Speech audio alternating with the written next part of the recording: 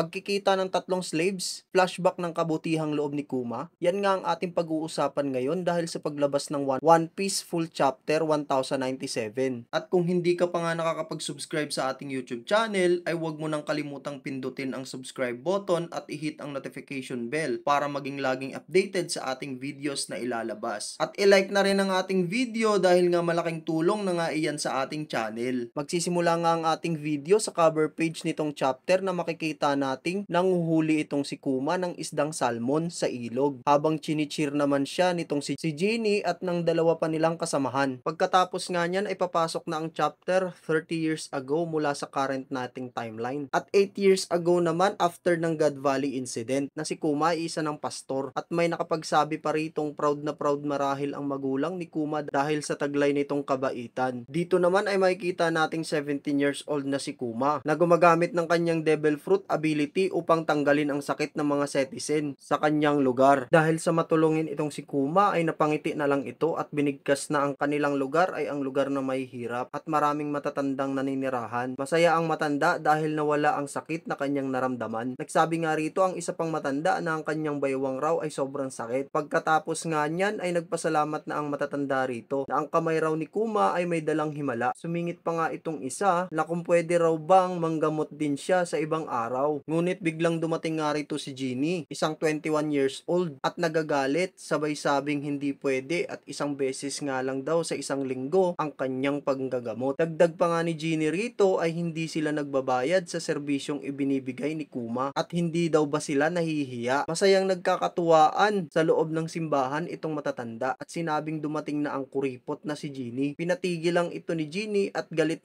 na sa matatanda na hindi nga raw camp o ospital itong kanilang tahanan. May nakapagsabi nga rin dito na si Genie ay maganda kahit pa ito ay sobrang sungit, na maraming lalaking humahanga rito at nagtatapat ng kanilang feelings sa kanilang lugar. Sinabi nga rin dito ni Genie na huwag ibahin ang topic habang inis na ito. Nagtanong nga itong matanda kung asan si Kumachi dahil sa tuwing nakikita raw nila itong mukha ni Kuma ay kumakalma ang kanilang mga puso. Biglang pagdating ni Kuma na natutuwa ito kay Genie dahil napakabait niya sa mga matatanda. Lalo pang nagalit itong si Genie at sinabi kay Kuma na kaya ito nangyayari dahil sa taglay nitong kabaitan sa kanilang lugar. Nakapagsabi na nga rin itong isang matanda na dahil sa hindi makatarungang tribute na kanilang nararanasan ay nahihirapan silang mag-survive at kaya kahit ano na lang ang kanilang naidodonate kay Kuma kapalit ng panggagamot nito sa kanila. Ngunit may nakapagsabi rito na pinalitan na raw ang policy sa kanilang lugar. Ang bagong hari na si Bakery ay isang mapusok na hari at dinedemand pa nitong pagbayarin ng malaking tribute ang mga may sakit na taong tulad nila. Sinabi pa rito ng isa na sobrang nakakakilabot sa loob ng preso at kung saan ikinukulong rito ang hindi makapagbigay ng tribute. Nadagdag pa rito ng isang matanda na ang kanyang ama raw ay inilak at ikinulong sa preso na hindi pinakain hanggang sa mamatay ito dahil sa gutom. Makikita nga natin dito sa itsura ni Genie na bigla itong naawa sa kwento ng matatanda at sinabing hindi makatarungan ang hindi pagpapakain ng hari sa hindi lang nakapagbayad ng tribute at sobrang gahaman nito. Dagdag pa rito ng matanda na itong bagong hari ay sunod-sunuran lamang sa mga iniuutos ng mga celestial dragons na kung saan kung may lakas lang sila at walang sakit ay matagal na nila itong pinatay sa kanyang pagkagahaman. Napansin ito ni Kuma na nagagalit na sila at sumingit na aalisin niya ang sakit at karamdaman na kanilang nararamdaman. Umalis na at nagpasalamat ang mga ito kay Kuma. Ngunit sa kabilang banda naman ay lingid sa kaalaman ng mga matatanda na may kapalit pala ang panggagamot ni Kuma sa kanila. Ginamit na rito ni Kuma ang mass extraction of pain and suffering na kung maaalala nyo sa tagpo ng Straw Hat at Kuma ay ginamit niya rin ito sa harap ni Zoro upang tanggalin lahat ng natamo ni Luffy sa kanyang katawan sa pakikipaglaban kay Gecko Moria. Sa Thriller Bark, tinanggap ito ni Zoro na ganun din rito sa flashback ni Kuma. Tinanggap niya lahat ng pain at nagtamo siya rito ng malubhang pinsala. Napaluha na lang itong si Genie sa ginagawa ni Kuma at sinabi niya ritong hindi nila alam ang nararamdaman na sakit ni Kuma sa tuwing matatapos ito sa pagpapagaling ng may sakit. Sinabi nga rito ni Kuma na hindi makakatulong itong kanya kapangyarihan kung walang sasalo sa kanilang sakit, na kung hahayaan niya lang ito ay babalik lang ang sakit sa taong nagkaroon nito, na natutuwa naman siya dahil nakakatulong ito sa kanyang kapwa at kung magsasanay siyang lumakas na hindi na nga natuloy ang kanyang sasabihin. At sumingit rito si Genie na hindi nga raw iyon ang problema at dahil sa nakikita na ni Kuma itong si Genie na nag-aalala na, sinabi niya rito kay Genie na may pagkain naman tayong makakain. Natuwang-tuwa nga itong si Genie at kumain na sila. Pagkatapos nga niyan ay tumalon na ang scene 25 years ago at 22 years old na itong si Kuma. Sinabi rito ni Ginny na magpakasal na sila ni Kuma at tinanong nga niya ito kung may nararamdaman ba itong si Kuma sa kanya. Sumagot lang dito si Kuma na ayaw niya magpakasal. Sinabi rito ni Ginny na paliligayahin niya itong si Kuma. Nagsabi naman itong si Kuma na masaya siya, ngunit nag-backtrack nga rito ang pangyayaring nangyari sa kanyang mga magulang na ang kanyang ama ay may lahing bukanir na kaya sila hinuli at ginawang alipin ng mga celestial dragons na ayaw ngang mangyari muli iyon ni Kuma at magdusa itong si Ginny na kasama siya. Naputol na nga riyan ang kanilang pinag-uusapan at ipinakita ni Kuma ang isang balita kay Ginny tungkol sa isang grupo ng freedom fighters na pinamunuan ni Dragon na usap-usapan sa iba't ibang panig ng lugar ang kanilang ginagawa at nagbigay na ng utos rito ang world government upang ito ay tugisin. Nakapagsabi rito si Kuma na mabuting tao itong freedom fighters at marahil tinatawag itong bayani na kung saan binanggit rito ni Kuma na lalaot din siya sa dagat at lilibot sa buong mundo at tutulong sa mga taong nangangailangan ng kanyang tulong. Nagkat na nga rito ang kanilang usapan at biglang dumating itong kaibigan ni Kuma na si Gyogyo at may daladalang basket na may lamang maraming isda. Kasama niya itong isa pang karakter na sa pagkakita niya rito kay Ginny ay ito nga raw ang napakaganda at kaibig-ibig na babae sa kanilang lugar na makikita natin ang pagbato ni Ginny na nakaharang itong si Kuma na nasaktan nga raw siya at nagpasalamat kay Gyogyo. Tumalon naman ang scene 22 years ago sa may lower city ng Sorbet Kingdom at 25